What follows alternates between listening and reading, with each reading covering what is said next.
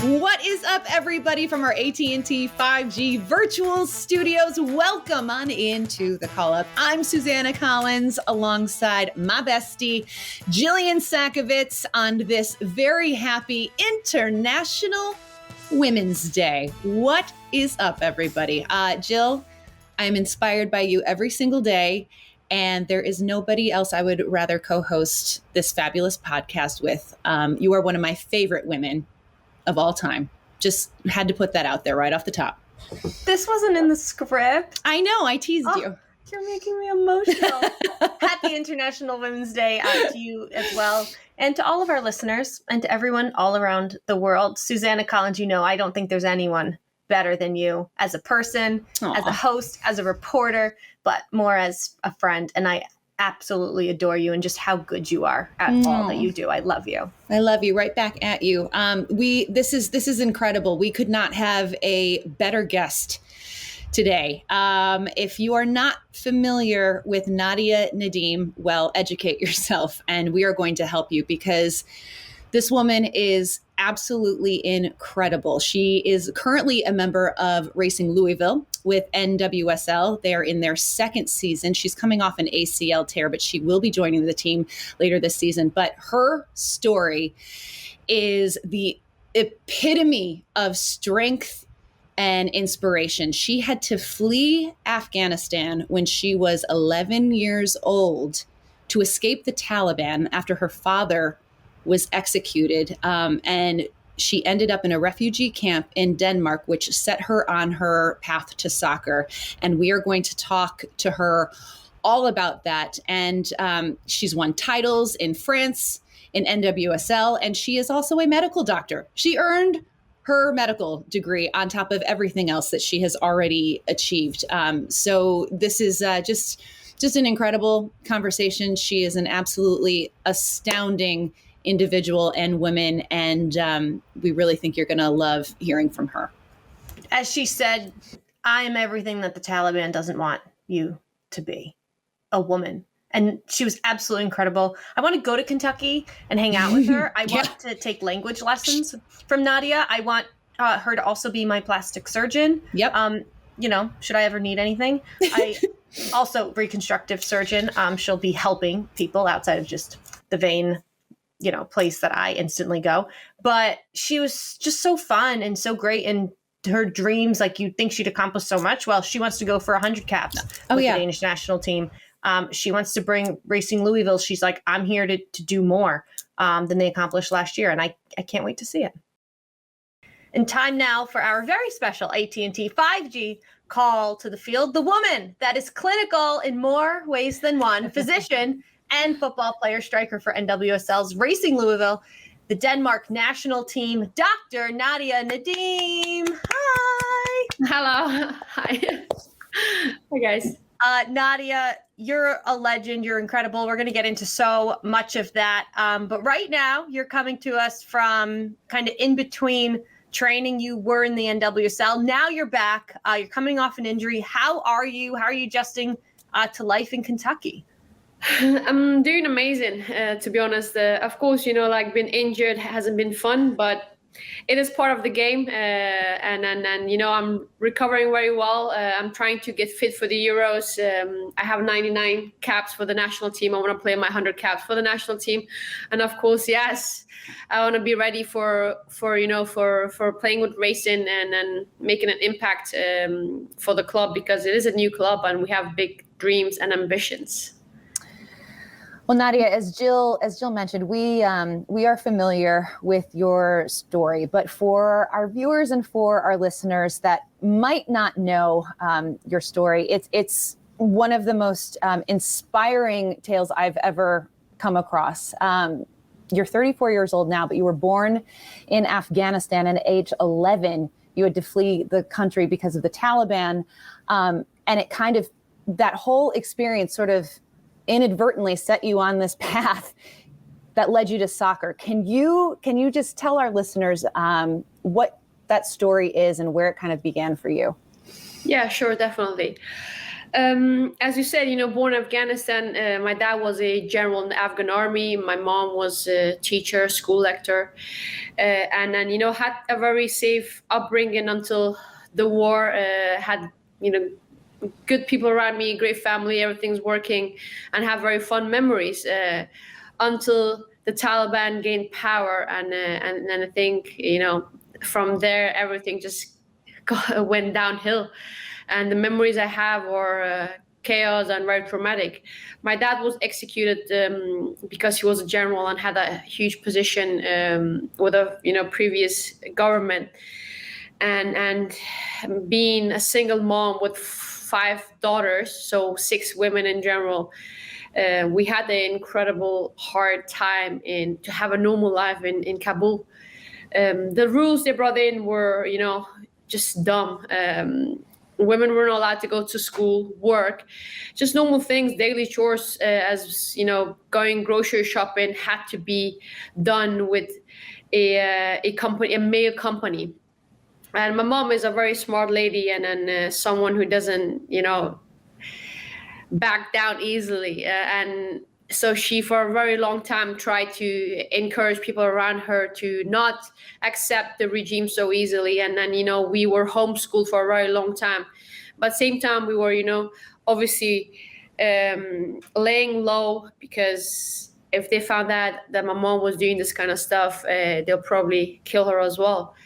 And at a certain point, it just got too much. And she knew that we have no future in Afghanistan, and then sold everything we had and tried to escape the country. We did it by contacting the human smuggler. That's what my mom did. So we were transported to Pakistan with a minivan. And in Pakistan, we were there for 2.5 months waiting for the human smuggler to find us passports that would match our description. So he was this Pakistani dude with wearing always normal Pakistani clothes with gold chain, oily hair, and mustache. And he would come up every second week and say, I have these 2 passports that fit 2 of your kids' profile. I could send them to Netherlands if you want. And my mom would be like, no, we would love to be together. And he would come again next week, same story, just, 2 kids or 1 kid. But after 2.5 months ish, he came and he's like, this is it. I found a family that fits you guys' profile. And 2 days from now, you're going to be flying from here. He gave us a stack of Pakistani clothing. And obviously we had to pretend to be this family that matches the fake passports. And it has to be said that this all happened before 9/11, so things were a bit easier then than they are now in the airports. I remember him walking to the airport and we being behind him, and then also remember being super scared not to miss up our cover, because if that happened, we were told that you're gonna end up back in Afghanistan where you're probably gonna be killed and your money and everything's lost. But the security checks went smoothly. I think everyone was on the same plan. People knew what was happening, I guess. First time on a flight out of Pakistan. I was super excited to be on a flight. On the other hand, also super scared to be caught. And we flew to Italy. In Italy, we were transported to this basement where we were there a couple of days. And after that, behind a truck, transported to Denmark. I know it's a long story, with a lot of emotions, everything. So I just tried to make it compact. And in Denmark, obviously, we seek for asylum, and I was in a refugee camp for 9 months. This is also where I discovered football for the first time, and now I'm here. So we could talk to you all day. So I know this is probably shortening. Well, I could talk to you all day regardless. At 11, you left and you end up in Denmark. I want to get into that, but just quickly, how long was it that you and your mom and your sisters lived in Afghanistan, trying to see if you could make that way of life work? I think it's like between 2 and 3 years. I just feel like that time is it's weird, because I just felt we were hiding and we were moving around, staying with family members, just trying to survive. And then, as I said, and my mom, obviously, we weren't allowed to do anything basically. So most of it, I just felt I was hiding. But yeah, for almost 2-3 years. So you mentioned Denmark. That put you on your path then to soccer. And it's also incredible that for a soccer player, that's late in life, 11 years old to start kicking a ball around. How did that refugee camp in Denmark play a role and introduce you to soccer? It was near a pitch. Was that the story? Yeah. I always say it's probably fate that brought me to football. Because at the refugee camp, we used to go to school from 9 to 1. And after 1, I suddenly had so much time and freedom because my mom wasn't scared to let us outside. And I'm a curious person. So me and my siblings, we were just exploring around and just being a kid again, I guess. And very, very fast, we discovered the football club, these amazing fields just beside of the camp. And we used to, so what kind of divided the football club and the camp was this kind of wooden area and then a fence in between. And we used to stand behind the fence and look kids play football, teams play football. And this is the first time that I noticed that girls were playing football. I've never seen any kind of sports be done by a girl or a woman. So I knew that that's where I belonged to. I could tell like the freedom they were feeling on the field, the way they were moving. And yeah, very soon I was obsessed with this game. And I wanted to be on that field no matter how. I remember, being outside to like midnight since my mom used to call me in, just obsessed on trying to learn the stuff that I just saw, how to juggle, how to kick a ball properly. A couple of months in, I went and asked the coach if I can join the team. I mean, that was like probably 4 months in. Mm-hmm. And he was super nice. And, again, that's why I love football so much. It's just an international thing. And you don't really need to be a certain way, speak a certain language, a culture, look in a certain way. I think it's easy. And I pointed myself and I pointed on the field and he understood my communication. And soon enough, I was a part of the team and I was doing the same thing everyone else was doing, trying to at least. So yeah, that's how my football journey started. It's incredible. We talk a lot about soccer as sort of this great unifier, and it's really, your story just sort of epitomizes that. It's really, really remarkable. Nadia, you have said that you are basically the picture of everything the Taliban does not want women to be. You are an athlete, you are a professional athlete, you are educated, you are all of these things that, that is not how they want women to exist. How much does that motivate you to be a part of so many things and to accomplish all the things that you've already accomplished? Huge motivation. I think one of this, I have this internal motivation because, I think education is key for you to have a better future. I think as a human being, you want to be educated to understand what's happening around you, how you kind of understand other people's. So for me, education has always been important. And sports, it just makes sense. It's fun. You're enjoying yourself. It's super healthy for yourself. You connect communities, and it's also a way to learn. So for me, not being able to do that, it just doesn't make any sense. And I love the fact that I'm doing everything they don't want me to do. And also, on the other hand, it's a good way to show, the world that there's nothing wrong, and even maybe them, there's nothing wrong me doing this stuff. It doesn't make me a bad person. It doesn't make me a bad woman. It doesn't, I'm the same person I've always been. I have the same values. So I really, I love it, to be honest, that I'm not allowed to do this. It just makes you want to do a bit more. Mm-hmm. I'm one of them people. Don't push the button, man. I'll be like, let me just try it once. So yeah. Nadia, we saw this past summer some heart-wrenching images of, you were just describing, I went to school, I had a beautiful childhood, and that was, 20 years ago, and then it all got taken away, and it felt like we watched it happen all over again this summer when the U.S. pulled out of Afghanistan and the Taliban regained momentum. What can you tell us? Are you still in contact with friends or girls there? What is life like right now in March of 2022 for people in Afghanistan? Yeah, it was horrible to see seeing the images. I never thought I'll see it and experience it again. I know it was like a very tough time for my mom as well. She told me she didn't sleep for 4 days in a row because she was just like so emotional and pissed. Same time, you thought that this chapter was gone. They would never ever have the power again to do this to anyone else, but suddenly they have more power than before 20 years ago. And obviously I do have family there, especially from my dad's side.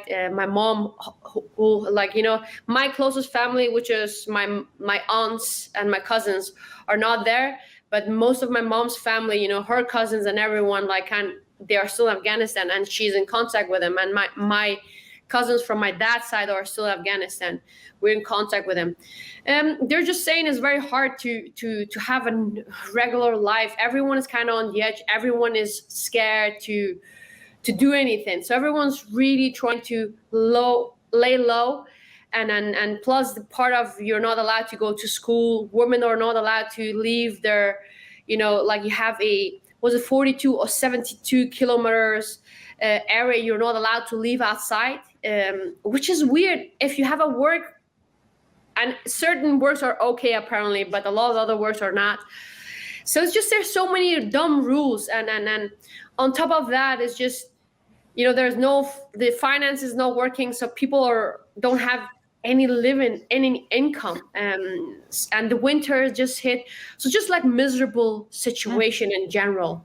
And everyone's kind of praying that it's a phase and it's going to go over, and then something's going to happen miraculously. And I hope the same. It's sad to see people having to deal with it. And it's sad that most people just want to have a normal, peaceful life. And the Taliban are kind of stopping that. Nadia, you you had a great quote recently, that war is dumb. War is dumb. And unfortunately,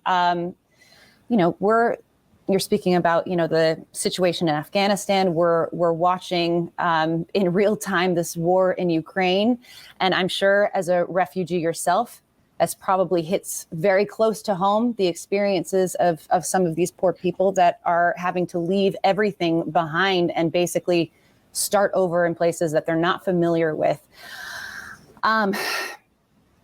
What should people know about that type of experience, and how can people help? What would you say is the best thing that people can do right now that might be watching what's going on and feeling just entirely helpless? Because these people do need help. So from your experience, what can be done? Great question. I think one of the things that people should know is that no one wants to leave their homes voluntarily. Like, no one is doing this because it's fun. People are forced. And I think so having a bit of compassion and understanding towards the situation for me is key. Unfortunately, I feel the world is going in a direction where everyone's becoming so selfish, and everyone's like, you should not come to our country. And that attitude has to change, because if you see the way the world's history has been, we've just moved around because these dumb wars, and no one really wants to leave their homes. And God forbid, if there should be a war tomorrow here, everyone would seek somewhere where it's safer. That's just human nature. You want to go somewhere you can survive.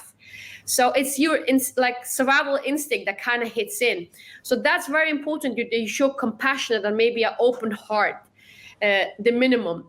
And in terms of what you can do, I think there's a lot of great NGOs. I know that a lot of people are trying to work. I know I've been seeing the images from Ukraine.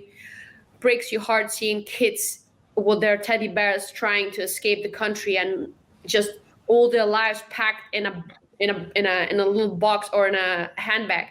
I know the feeling. It's not great, trust me, and no one should ever go through it, especially not a child. So as I said, there's a lot of things that have been done to help them. Myself, I'm launching this response for humanity. It's called Humane Ukraine. One of these days, where it's called Goal of Our Lives, is a non-profit organization where they're going to create a platform where athletes, their sponsors, their support groups and, fan groups can kind of come together. And there's going to be steps where it's told like what you can do to help, how you can petition, how you can volunteer, how you can donate, how you can learn about what's happening. So there's a lot of things you can do. I think and it depends who you are. If you have the energy, if you have the resources, and if you have the heart, do what's in your, what you're capable of. But the worst thing you can do is being kind of, oh, it's not my problem, don't talk to me, and kind of have this close-hearted, selfish approach. Because life goes like this. You never know what tomorrow's going to bring. And as I said, God forbid, but we could be in the same situation and you want to treat the people how you want to be treated. So well said. We have so many questions for you about all that you do and all that you've accomplished. But talking to you, Nadia, we're 15 minutes in, and this is all we've talked to you about, because I don't have that experience. Susanna doesn't. Most of our listeners don't. So it's like your unfortunate experience gives you this wealth of knowledge. Is it ever burdensome or exhausting that you have to be the mouthpiece for so much, because you've had this experience that if there's war, if there's refugee crisis, people come to you?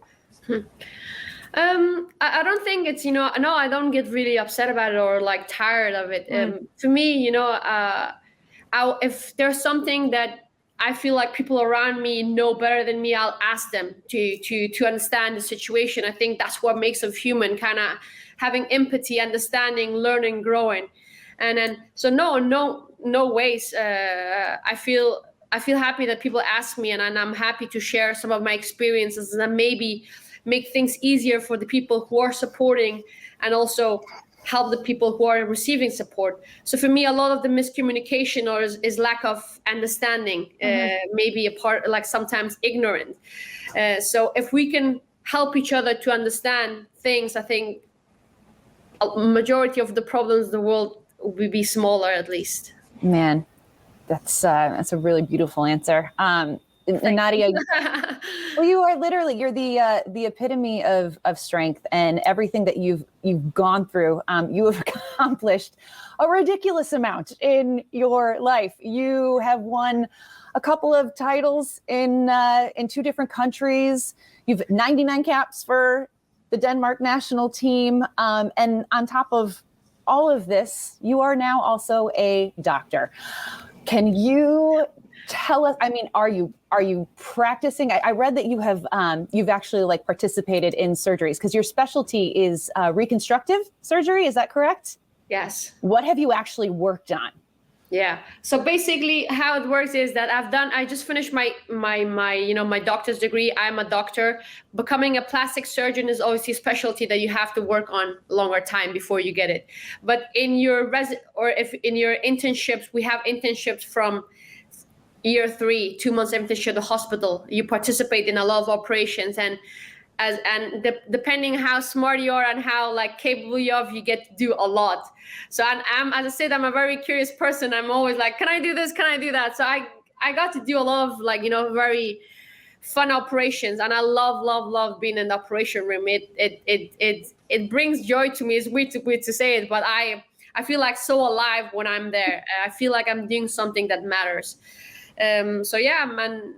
Right now, I'm obviously not practicing because I'm full-time professional and it's very hard. But as soon as I'm done, I'm gonna obviously be a doctor and try to do my best to help as many people as I can. How many questions did you have for your doctor before your ACL surgery? Were you like, tell me, or did you know exactly what was going to happen? Were you like, I could do this to myself? Basically, the funny thing is, when it happened, I was very upset and in a lot of pain. So when I get upset, I get like when angry, like I'm like, don't talk to me. This is when the doctor came and he was waiting. I was like, is my ACL? Definitely. I was like, I think it's maybe a bit more. So I was trying to tell him, maybe we should do this. I think maybe you should send me for an X-ray to see if there's a bone involvement. And he's like, yeah, you're right, definitely. So I was probably maybe doing a bit too much, but no, I wasn't. He was a very nice doctor. But of course, you've learned about it and experience in your own body. It's different. You have that degree. You earned that degree. Facts. Facts. So just for someone who doesn't understand being an MD at all, explain to me whenever your playing career is over, like what type of surgery, like will Dr. Nadia be doing? Like what would be your dream job post playing after that dream job? Yeah, I'm definitely going to be a reconstructional plastic surgeon. The reason for this is because surgeries, I love surgeries. Again, you have a problem and you want to fix it. I like that. Like you come to me, I fix it, boom, job done. And reconstructional plastic surgery, just because I'm one of them people who kind of gets bored easily. So I wanted to be somewhere where you challenge all the time and you still have like a part of your creativiness in it.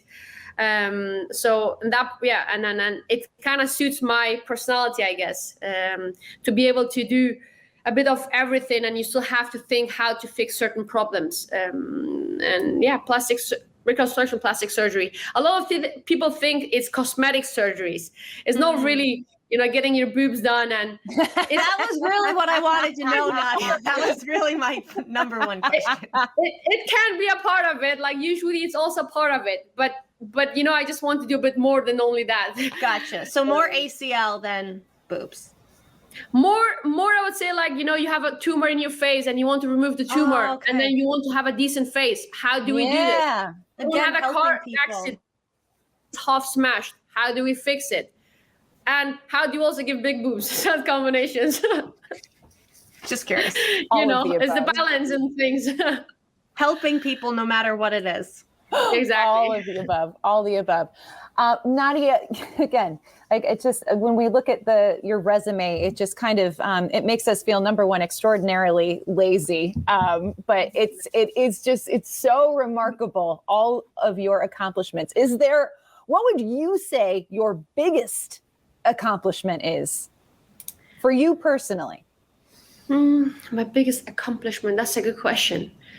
I think my biggest accomplishment is that I've managed to have a normal like mind and make it work like with my family and everything that I'm juggling. I think I'm a very ambitious person and I'm very driven, and I feel proud of myself that I kind of managed to balance things out. I don't feel like I've ever knock on the table that I'm lost in one thing. I always feel like I kind of balance things, and then it hasn't been easy. Also because coming from different culture, background, religion, everything, putting in this new thing, and you have to adapt, but at the same time remember who you are while you're growing as this human being. I think this is probably my biggest accomplishment, to feel happy inside. I literally every morning I wake up, I'm very grateful and happy to have the life I have and feeling the way I'm feeling. So definitely the biggest, accomplishment in my eyes, because it hasn't been easy to find the balance. And you've had so many, just to rattle them off for our players. Won a title with the Portland Thorns in 2017, 200 goals, 99 appearances, like you've told us, for Denmark. With PSG, brought them their title. So it's incredible, but it all comes down to happiness. Nadia, you mentioned that you speak 9 languages, I think. 9, okay. Yep. Casual 9. You've lived all over the world. Obviously got refuge in Denmark, living now in Kentucky. Where do you feel most at home? And like, where is your family right now when you want to go home? Where is that for you? I'm one of them people who can adapt really easily in my environment. But for me, home is where I feel love. You feel it, like where you are, the areas, like how much people appreciate you, how real they are towards you. Of course, and where my mom is. I think my mom and my siblings, they're my family, and everyone where they are, that's my home. So for now, definitely my mom is in Denmark. So every time I land in Denmark, I know I'm close to my mom. I can feel my heart like, okay, I'm coming home. But on the other hand, I've been happy to be amazing places. I felt very loved and appreciated when I was Portland, and the fans, the way they treated me, I felt I was a part of them, and I still feel that way. Same way when I arrived in Kentucky, Louisville. I think the people here around you, they just seem so genuine, and as I said, you feel it, like the aura, the energy. I don't know what it is, but I always feel it, and I felt home. And then So yeah, in the same way in PSG, I love Paris. So for me, the place I've felt home is where people have treated you open-hearted with compassion and you know, appreciate what you do. That's where I feel home. I've also been places where I haven't felt like welcome to home, and then I'm like, bah. Peace out. Yeah. Peace out. Nadia, what else is on your list of things to do? I'm curious, because it seems like you've done pretty much everything, but you said you're incredibly ambitious. So I want to know what else is left on Nadia Nadim's to-do list in your life. What box have you not checked yet? I have a long list, you know, a very long list. I think, you know, one of my goals for the next couple of years is obviously I want to get healthy and be a part of the national team, and then I want to have a huge impact on the Louisville team. It's a new team. The reason I came because it's a challenge, it's a new team, and I want to make them a winner team. I know it sounds big, but I know I'm capable of, and I really want to like leave my mark on the city and on this team. And in terms of outside football, I do work a lot with UEFA and FIFA, sit in a lot of like boards where we make decisions, take decisions in terms of how to develop women's football, how to, you know, create campaigns, anti-discrimination campaigns on and off the field. And I would love to be a part of that, just to kind of, you know, develop the football and in a direction that is for everyone. So these are like probably the biggest ambitions that I have right now. And off football, I would love to be a doctor where I can help people. Hopefully a certain day, Doctors Without Borders, I think the work that they do is amazing, where they actually are in direct contact with people in need. So I think these are like some of the goals that I have, but on the side, I have like a lot of other goals, and I'm going to be working on it every day. Nadia, thank you so much for joining us. It was absolutely incredible. We cannot wait to watch yourself and your club, Racing Louisville, just crush it this season. Year 2 for you all, and we'll see how it goes. So also, good luck. We'll be watching. And now I have a reason. Now I want to go to Kentucky more than ever. Come on. This is it's International Women's Day, and like Happy International we could not have asked for a better guest on International Women's Day than Nadia Nadim. You are beyond inspiring, and we can't wait to watch everything you do. Best of luck this season to her. Reminder, Racing Louisville will kick off their season on March 18th when the Challenge Cup begins, and it will be a rematch of last year's regular season opener between Kansas City and Louisville. You can catch the whole thing on Paramount Plus. And then you heard Nadia mention, you know, what you can do, and Susanna's excellent question about what can we do as we just sit here and we hear about everything going on. Well, she mentions Goals of Our Lives. It's a platform for emergency response that she's launching in the coming days, so stay tuned for that. We will be sure to share that on our channels. So here for that, and here for a couple other things. Have to shout out this incredible initiative. I'm wearing a Protect Trans Kids t-shirt, which was put out by Gotham FC. All of the proceeds going to charity in a cause that's really important. It's simple: protect trans kids. Susanna Collins, something else that I really have wanted to show you since— I'm very excited. Since I saw it, I thought of you. I found this one on Call Up Alums page, Tommy Thompson's Instagram story. Oh boy. Check this out. A fan sent him a nice old-fashioned letter. Paragraphs about, you know, you inspire me, this and that. But this is where I thought of you. His PS after a 20-sentence thing about how encouraging Tommy Thompson is to him and amazing, and he's such a devoted Quakes fan. This kid says, P.S. keep growing the hair. Hair gives you strength. If there was ever a quote that stood out to me that is you, does more hair always give you more strength? 1,000%. Yes, I don't know who sent that letter, but it was very, very wise words and somehow related advice to you. This young fan. It was me. Can you imagine? Imagine that you start sending that to like Matias Almeida and like you start lobbying. Just anonymously. for long hair to MLS. Keep the hair. Okay, I've got one for you. And this is not going to, well, at least this one didn't give me the feels the way yours just did. But, there's been a lot of chatter about our power rankings for best dressed MLS coach. And Gio Savarese was my number 2 pick on the power rankings. And Jill, we're going to show this picture. Are you getting this?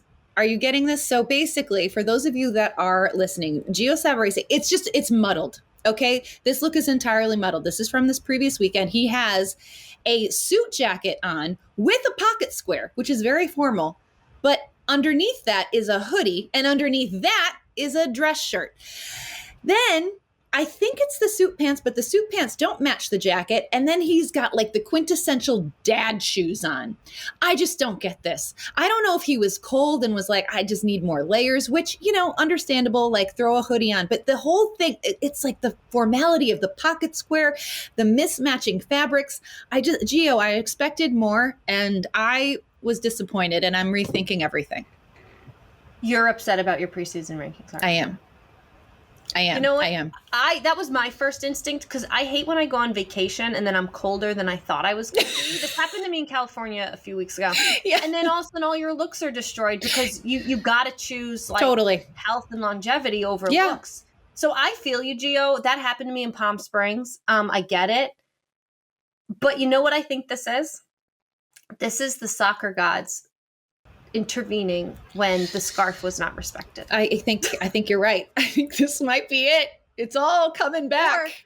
Or this is Gio saying, take me off your damn leg. Yeah, he's like, I don't care. I don't want to be a part of this. Yep. That might be it too. Who knows?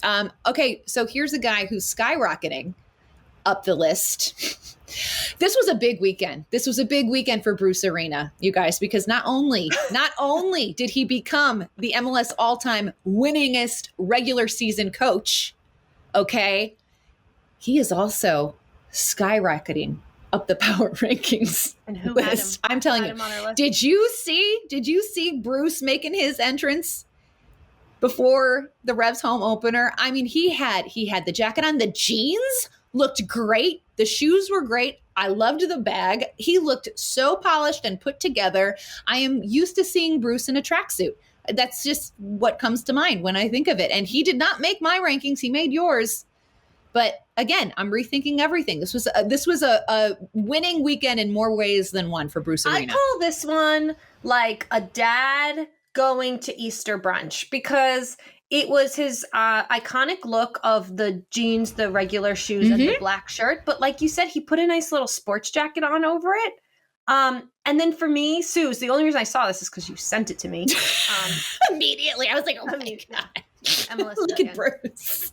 For me, it comes down to the duffel bag. We've talked about the man bags, the medicine bag. Sure. But I love that he stayed true to form of being such a dad with practical this giant duffel bag. But it's nice.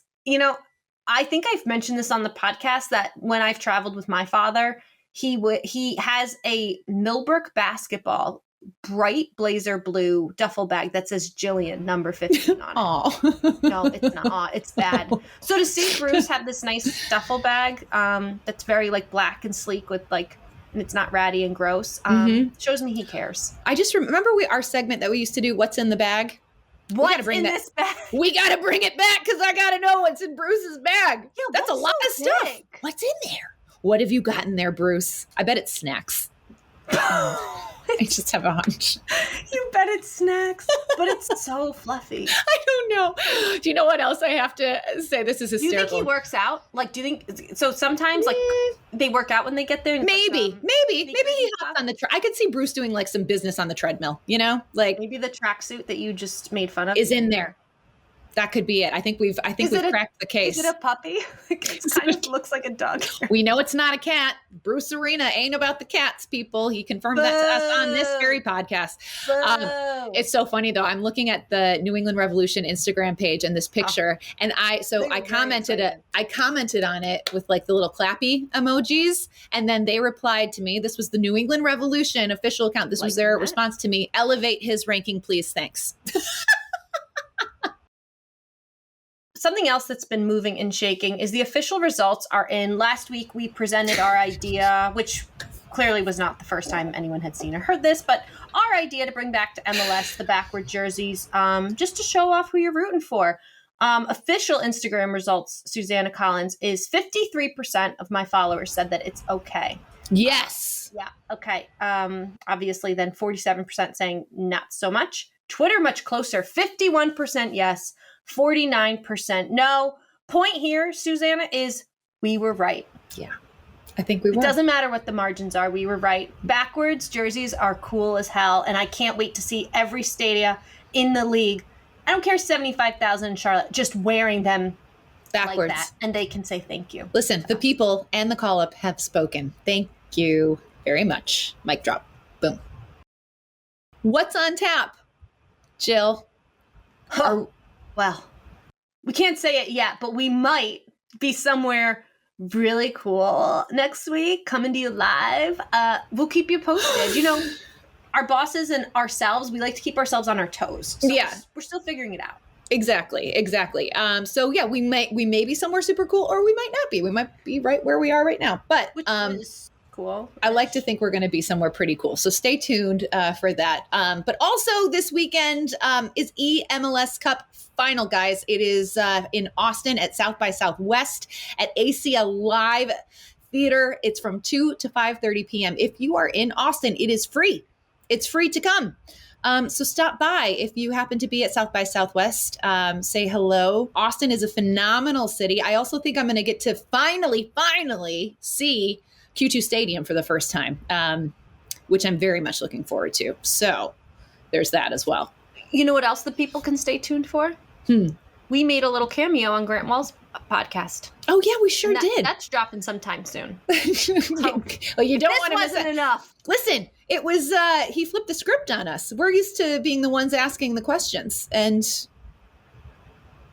Grant got to know us. It was really fun. But the huge thanks to Grant Wall for having us on, and also we need to have him on the pod. I mean, we all know we're waiting for those World Cup qualifiers so that we can all take a big sigh of relief. And then also, that Grant Wall probably has like the best stories. Like he has been around in and around U.S. soccer for so long. Like I bet he's got like Landon stories. He's got everything.